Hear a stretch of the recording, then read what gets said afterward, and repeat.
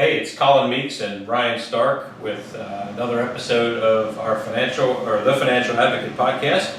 And I wanted to do sort of an update, quick update / case study of a panel that I was a part of. I was invited to a national conference a couple weeks ago to be on a panel having to do with the ABLE account.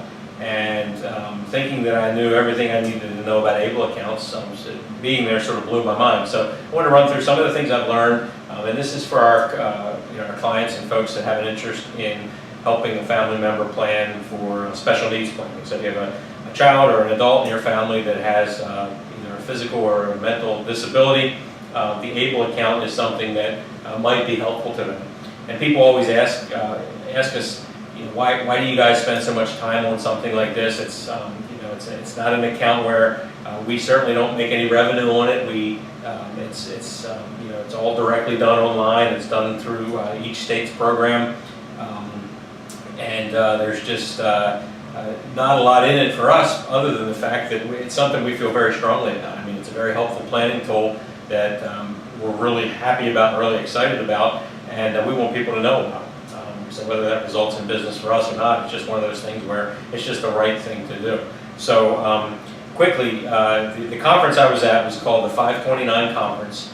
It was really nice. It was in Orlando, Florida, at this really cool resort, and a lot of the big investment companies were there, a lot of the insurance companies were there. There was people from state treasury departments all over the country, some representatives, so it was just a really neat way to spend a couple of days to learn about some stuff that I didn't really know about. Ryan, ABLE account, when you hear those words, our limited dealings with them, what do you think about them? The account's super important.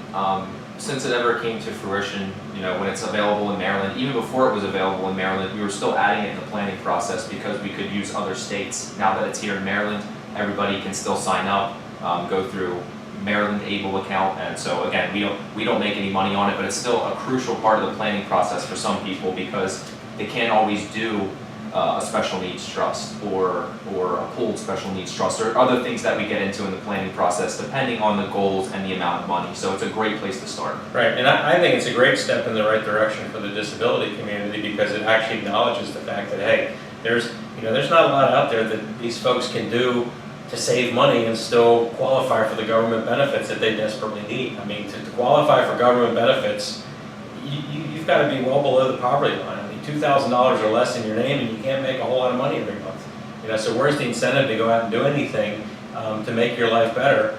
And this is for people that are older than 18. But where's the incentive to go out and better yourself if you know that, hey, if I do A, I might lose B. If I go out and work and make money, or if I start saving money, I could lose my government benefits and health insurance. So the ABLE account sort of helps balance that out within certain limitations. So you really need to know about that. But so the panel that I was on, I was with somebody from the Treasury Department of Ohio who administers their ABLE program. Somebody from the Treasury Department in Massachusetts does the same thing. And then a product developer from one of the large mutual fund companies. And they're actually in the process now of developing or have developed a product where we advisors can actually sell their ABLE account product, which is nice. Doesn't make it the best one, but it makes it another option. So we basically sat in a room full of a couple hundred people as a panel, us four at the front, and just talked a little bit and answered a lot of questions. And it's just amazing to me that, number one, the excitement that's in the air for the ABLE account. It sort of reminds me way back in like the 1990s, the 529 plans came out, and it's a college savings tool that hadn't been around for, people were sort of wondering, why do we need this? And now the 529 plan is one of those things that's just, a lot of parents and grandparents use it to save for college on a tax efficient basis, and it's just, just another type of account now. So the ABLE account is, we're on the front end of that. It's really neat to be a part of something so brand new. If you don't know ABLE stands for Achieve a Better Life Experience. Okay, so ABLE. We've done a couple of other podcasts in the past on it. We are getting ready to do some webinars with Betty Ann Mobley, who is the director of the Maryland ABLE account. We just launched in Maryland the Able account back at the end of last year, the beginning of this year, and they've been going around doing different road shows and meetings in libraries and things like that to try to make it more accessible to families. And we've sort of been lucky enough where we've gone out to the schools that we've done presentations to in the past and said, hey, let us come in and talk to you about Able accounts, and let us bring in the people that are right with Maryland Able and sort of do a joint venture so that we can better educate the families that need them. Absolutely. So just a quick rundown to give you on Able. If you don't know, it's basically a savings account for people that have a disability. The disability just has to be certified by a doctor, or you can also be certified to be on government benefits. So one of those two ways gets it. You can put up to $15,000 a year into one, and the money is taken out to pay for qualified expenses. There's no taxes, no fees or anything like that when the money comes out. And the big thing is money that's in the Able account does not count as a resource for your government benefits. So, as I said before, if you have over $2,000 or more and you're 18 years or older, you will disqualify yourself in most cases for government benefits.